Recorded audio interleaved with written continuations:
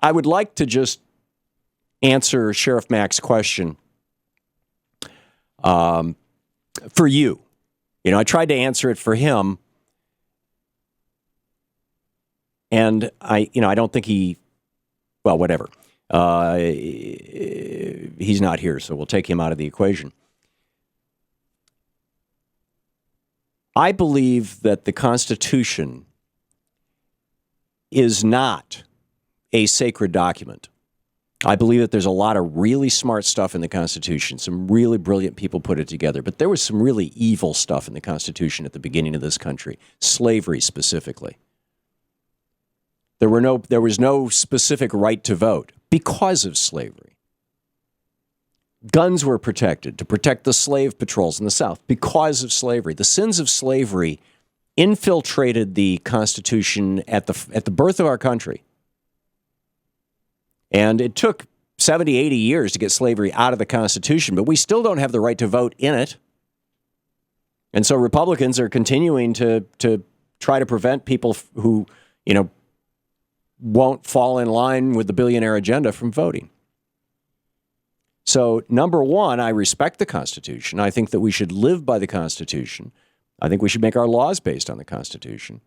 But that said, my reading of the Constitution is very different from Sheriff Mack's in that I don't believe, he and many of the folks of that worldview are going with this, the enumerated powers thing, and basically Article 1, Section 8 of the Constitution, which lists the powers of Congress, at least in theory. Well, no, in practice.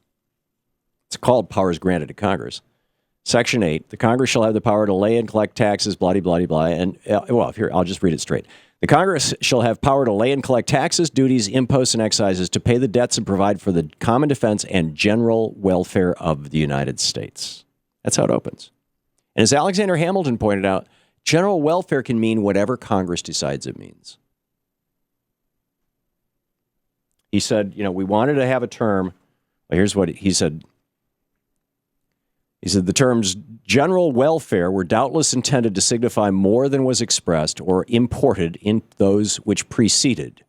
Otherwise, numerous, in other words, here's the other things, Article 1, Section 8, number 1, to borrow money, number 2, to regulate commerce, number 3, to establish naturalization, that's 4, 5, to coin money, 6, punishment of counterfeiting, 7, to establish post offices and roads, 8, patents, 9, to constitute tribunals inferior to the Supreme Court, in other words, create federal courts, 10, to punish felonies and piracies committed on the high seas, 11, to make war. These are the powers granted to Congress, Article 1, Section 8. Number 12, to raise and support armies.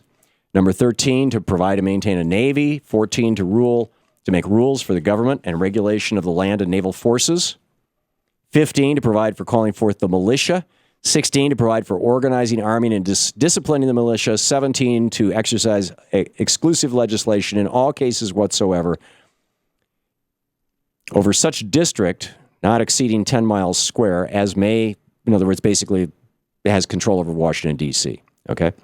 And then number 18, to make this is the last of the enumerated powers, to make all laws which shall be necessary and proper for carrying into execution the foregoing powers and all other powers vested by this Constitution in the government of the United States or in any department or officer thereof. So number one, I don't consider most of these things that real far-right conservatives consider unconstitutional. I don't consider them unconstitutional. I think that they're absolutely consistent with the Constitution. Number one. And number two, I have a different definition of freedom than people on the right do. I agree with Franklin Roosevelt that if you don't have a job, you're not free. If you don't have a means of supporting yourself and there is no means available to support yourself, you're not free. I agree with Franklin Roosevelt that if you get sick and you don't have access to health care, you're not free. I agree with Franklin Roosevelt that if you are if you are hungry and unable to feed yourself and your family, you're not free. Roosevelt quoted in 1930 in July 27, 1936, in Philadelphia, I think it was, when Franklin Roosevelt accepted his nomination for his second term. He said, an old English judge once said, a necessitous man is not a free man. I agree with that. And I know that capitalism without regulation will result in the vast majority of the population being basically poor workers, serfs, wage slaves, in almost a literal sense. They pretty much have to do whatever it takes to get that job and to satisfy that employer and all that kind of thing, if they can find a job. And I think that regulating capitalism and providing a democratic socialist backstop, and yes, I'll use that word, socialist, the way that they do in Europe, in Northern Europe, we know now from over 100 years of experience, it actually works.